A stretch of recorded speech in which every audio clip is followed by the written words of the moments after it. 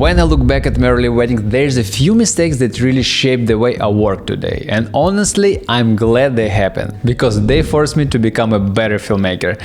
And let's start with the first one, not checking audio properly. I remember one ceremony and I saw a microphone and I assumed that's the way vows would go during the ceremony, but they had a completely different mic for the vows and I didn't mic the brides because I thought everything was covered from the DJ feed. The problem is I didn't monitor it. So later I'm sitting in my post-production and trying to fix things, but the levels were just too low and there was nothing I could really do about it.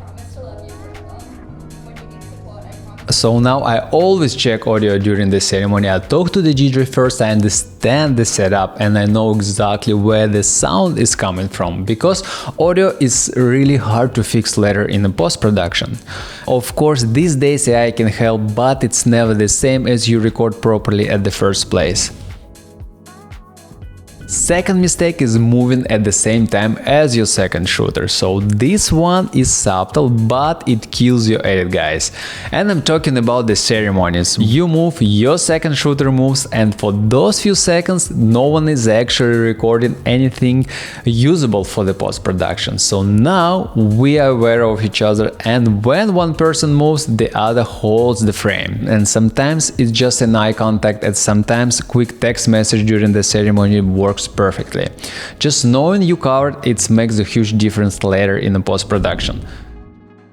Third mistake is not communicating with photographers, because early on I would just set up my cameras, find the good angles, and I assumed everything would work perfectly. But reality is you are not only one person who works at the wedding. Photographers are moving, adjusting, chasing the shots, and sometimes they step right in front of your camera. And if you don't communicate with them early on, you'll end up with ruined footage for the whole entire wedding ceremony. Not because they want to ruin your shot, but because no one has defined the space. So now we always talk in advance, we explain where our cameras are, which angles are locked, and where we'll be standing during the speeches and during the wedding ceremony. And especially, guys, we always have our main shot rolling during the wedding ceremony on as a third camera. So if they need to step up for a quick moment in the middle of the aisle, that's totally fine. But please, guys, just don't hang out for the entire wedding ceremony there. And this small conversation changed everything. Fourth mistake, not having a clear contract. So at the beginning I thought we're all good people, we all figure it out to communicate if something happens, and then it starts. Can we change this person in the video? What if we replace the music, and can you adjust color a little bit lighter or a little bit darker? So suddenly you're stuck in the endless loop of revisions, so as we did. And it's not even their fault. I just never defined my rules and my boundaries at the beginning, so especially in editing, which is the most time-consuming part. So now everything is clear from start, and they know ahead how many revisions are included and what can be changed and what can't. For example, we never changed music after we deliver a final film. And it's not about being strict or being rude with the customers, it's about respecting your time and your boundaries.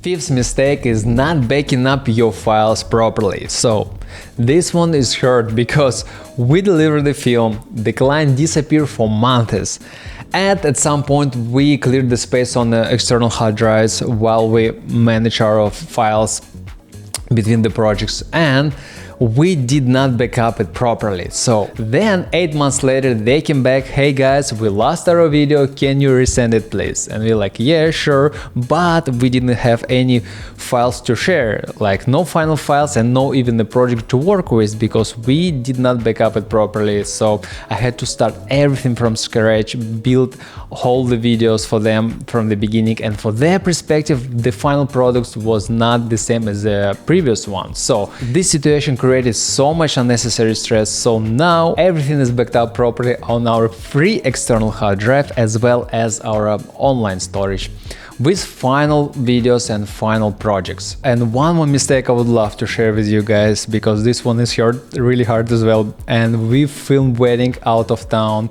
We stayed at the hotel in Bellevue, Washington, and we were exhausted after the wedding, so we came back at the hotel around 11 p.m. ish, and we need to wake up at 5 a.m. to drive back home. And we left every heavy piece of equipment like tripods, light stands in the trunk, so everything was covered in the trunk. Basically, you cannot see.